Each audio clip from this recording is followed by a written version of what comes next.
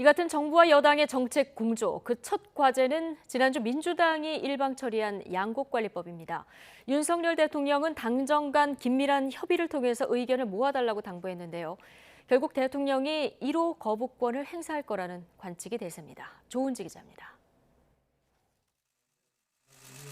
윤석열 대통령은 매주 월요일 진행하는 한덕수 국무총리와 주례회동에 양곡관리법을 화두에 올렸습니다. 당과 정부가 여론, 특히 농민의 여러 의견을 수렴해달라고 당부한 겁니다.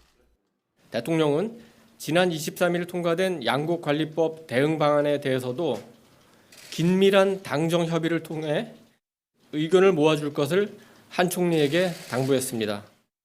대통령실 관계자는 여당은 국정 파트너이기 때문에 긴밀하게 협의해서 당의 의견을 들으라는 지시라고 부연했습니다.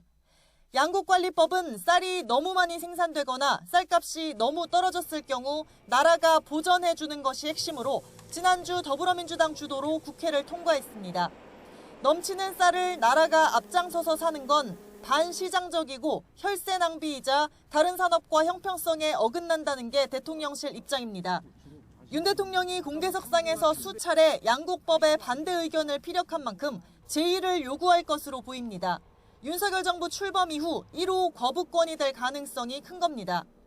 여야가 합의 없이 국민의 민감한 이슈들을 일방적으로 처리한 법에 대해서는 대통령이 제의 요구를 하시겠다고 분명히 이야기를 하셨기 때문에 제의 요구를 할 수밖에 없을 거다.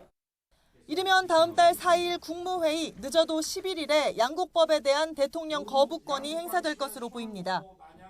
법안의 마지막 문턱에서 대통령이 방패를 쓰는 건데 거대 야당의 입법 독주를 막기 위한 불가피한 선택이라는 게 대통령실 분위기입니다.